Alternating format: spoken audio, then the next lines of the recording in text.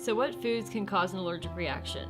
The list is endless, but the top 8 are fish, soy, tree nuts, peanuts, shellfish, milk, wheat, and eggs.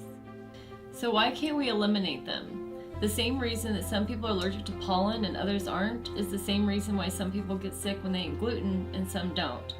In addition to keeping your purple cookware separate, it's important to wash and rinse the cookware between use to prevent cross-contact.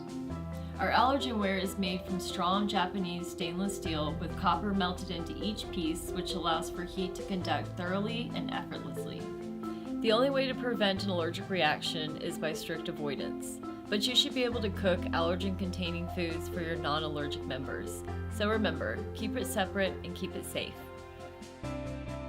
AllergenWare by Chantal for conscientious cooking.